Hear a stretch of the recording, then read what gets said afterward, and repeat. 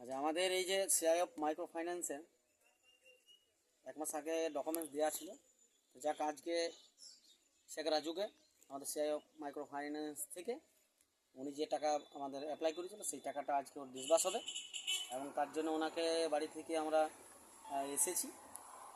Owner CI of micro ফাইন্যান্সের যে লোনটাও পেয়ে কতটুকু খুশি হবে তার জন্য ওর কাছে আমরা পাশে এসেছি।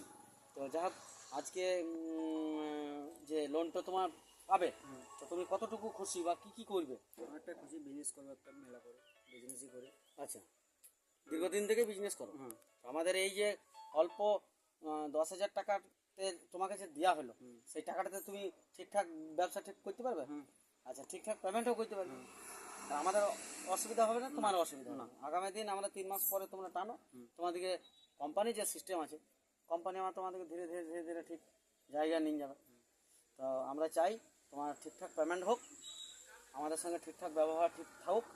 আমাদের সিআই অফ মাইক্রো ফাইন্যান্স বিভিন্ন বৃহত্তম ফাইন্যান্স, তার জন্য দেখো অন্য ফাইন্যান্সের কোনো ফাইন্যান্সে জানুয়ারি মাসে লোন দেয় না। আমাদের ফাইন্যান্স জানুয়ারি মাসে পর্যন্ত ডিসকাস করে লোন দিচ্ছে, এইটুকুই আমাদের গর্ব এবং তোমাদেরও গর্ব। তুমি ঠিকঠাক এই যে মকর সংক্রান্তির বিষয় নিয়ে ব্যবসাটা করতে পারবে, তো খুবই ভালো লাগলো। দেখ